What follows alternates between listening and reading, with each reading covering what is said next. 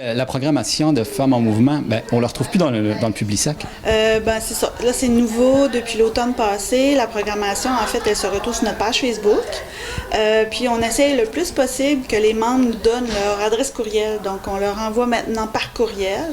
C'est sûr qu'il y en a au Centre de femmes aussi des copies papier. Puis, toutes nos activités se retrouvent dans les médias traditionnels aussi, à chacune des activités qu'on a. Okay. Fait que la décision a été prise pour surtout envers l'écologie, si tu veux, l'environnement, parce que c'est quand même 8500 copies, donc 8500 feuilles de papier imprimées.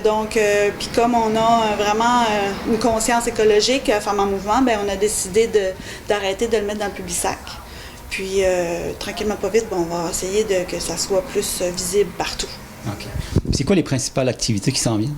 Oui, donc en février, on a le 20 février, donc jeudi le 20 février, de 1h30 à 3h30, on a organisé un comité de la Marche mondiale des femmes.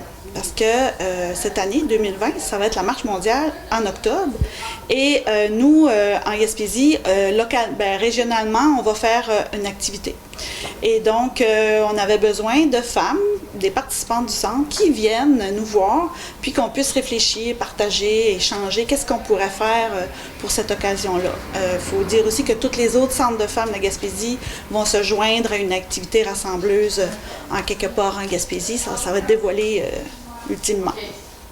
Après ça, le 25, donc mardi le 25 février à 9h30, il y a nos déjeuners solidarité. Les déjeuners, ça remplace les déjeuners causeries qu'on avait avant. C'est des thèmes, c'est toujours sur des thèmes un peu sur la croissance personnelle.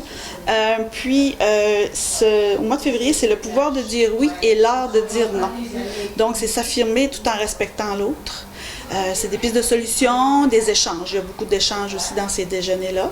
La limite d'inscription, c'est le 20 février parce que, ça le dit, il y a un déjeuner, donc il faut préparer et planifier la nourriture en conséquence du nombre de personnes qu'on va avoir inscrites. Après ça, le samedi 29 février de 9h30 à 11h30, on a un atelier qui est donné par Mme Marilyn Huard, fabrication de bâtons de parole. On est super contents de ça parce que les participantes qui viennent au centre, ils ont des talents, ils ont des dons, puis on veut transmettre ces informations-là et ces talents-là. Donc, c'est un repartage de connaissances pour toutes les autres femmes. Donc, on invite les femmes qui ont des connaissances, qui ont des dons, des talents, comme je dis, à venir participer, donner ces ateliers-là pour que le plus de femmes possibles puissent en jouir. Donc, le bâton de parole, Marilyn en fait des super beaux, puis on lui a offert cette opportunité-là. Donc, elle va venir. Le matériel est tout fourni. L'inscription est obligatoire tout le temps sur nos activités, par exemple. C'est ça. Pour le mois de février, c'est les activités qu'on a. OK. Puis juste pour faire un petit rappel, Femmes en mouvement, c'est pour qui au juste? C'est pour les gens de quelle région? Donc, Femmes en mouvement, c'est le centre de femmes de la MRC Bonaventure.